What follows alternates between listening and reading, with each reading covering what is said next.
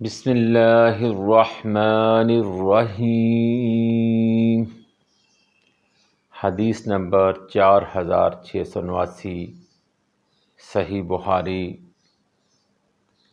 حضرت ابو ہریرہ رضی اللہ تعالی عنہ سے روایت ہے کہ نبی کریم صلی اللہ علیہ وآلہ وسلم نے فرمایا، 7 طرح کے لوگ وہ ہیں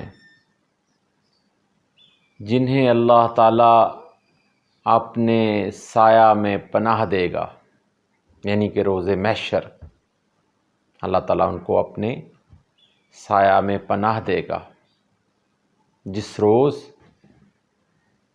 کسی کو کوئی سایہ نہیں ملے گا۔ ان میں سے ایک وہ شخص بھی ہے جس نے تنہائی میں اللہ کو یاد کیا تو اس کی آنکھوں سے آنسو جاری ہو گئے۔ سبحان اللہ و بحمدہ، سبحان اللہ العظیم۔ یہ نہایت خوبصورت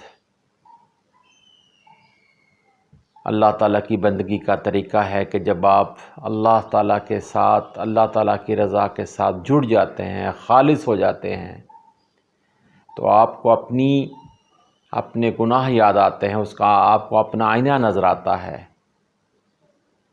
بے شک آپ اللہ کی رحمت سے مایوس تو نہیں ہوتے، لیکن آپ کو اپنے گناہوں پر شرمندگی کا جو احساس ہوتا ہے، اس سے آپ کو رونا آتا ہے اور آپ کا دل صاف ہوتا ہے۔